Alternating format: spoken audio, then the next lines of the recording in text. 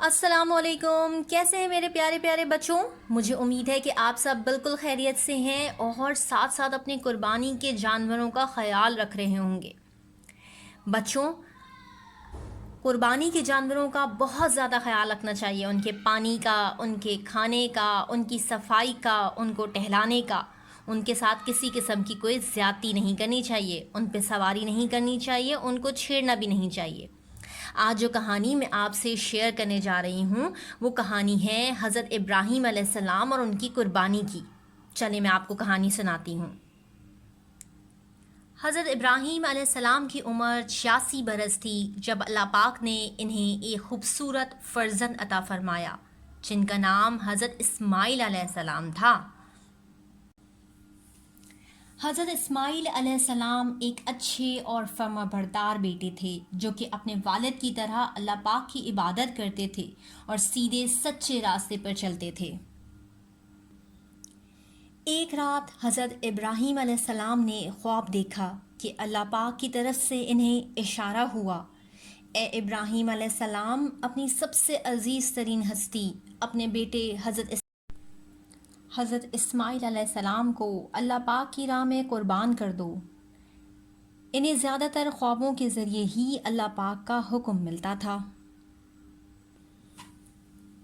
مسلسل 3 دن انہیں یہ خواب نظر آیا تو انہیں یقین ہو گیا کہ یہ اللہ پاک کا حکم ہے اور ان کے لیے اس حکم کی تعمیل فرض ہے۔ حضرت ابراہیم علیہ السلام نے اپنے اس خواب کا ذکر اپنے جوان سال بیٹے حضرت اسماعیل علیہ السلام سے کیا تو انہوں نے کہا، بابا جان، یہ تو میرے لیے بڑی خوشی کی بات ہے کہ میں اللہ پاک کے لیے اپنی جان قربان کر دوں۔ اس کام میں آپ مجھے انشاءاللہ ثابت قدم اور صابر پائیں گے۔ پھر انہوں نے رسی اور چھری لی اور روانہ ہوئے۔ ایسے میں شیطان ایک بوڑھے آدمی کی شکل میں ان کے سامنے آیا اور حضرت ابراہیم علیہ السلام کو بہکانے لگا کہ ایک خواب کی وجہ سے وہ اپنے اکلوتے بیٹے کو قربان کر رہے ہیں۔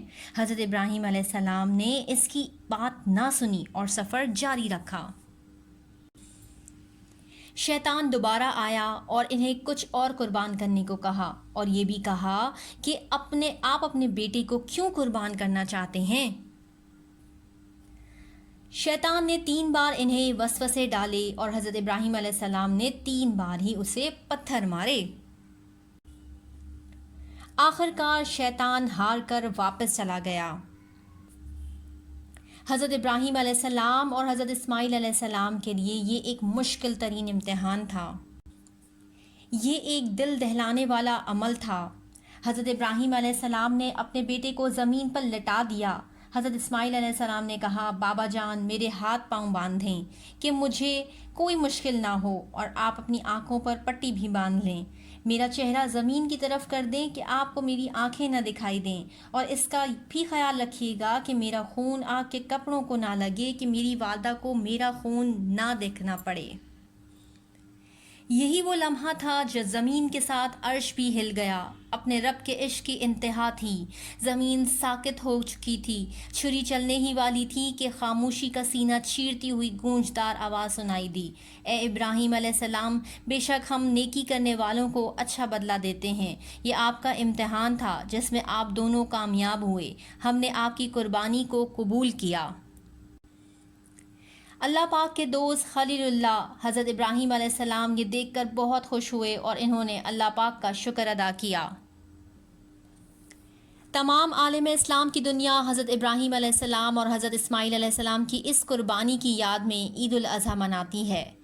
پیارے بچوں، دیکھا آپ نے کہ کس طرح حضرت ابراہیم علیہ السلام کو خواب کے ذریعے اللہ کا حکم ہوا تھا اور آپ بغیر ڈرے، بغیر پریشان ہوئے اللہ کی راہ میں اپنے بیٹے کو قربان کرنے چلے تھے، اور حضرت اسماعیل علیہ السلام بھی اس بات پر خوش تھے کہ اللہ تعالیٰ نے ان کی جان کی قربانی مانگی ہے۔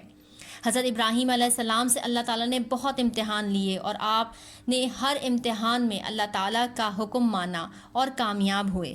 حضرت ابراہیم علیہ السلام اللہ کے پسندیدہ نبیوں میں سے ایک ہیں۔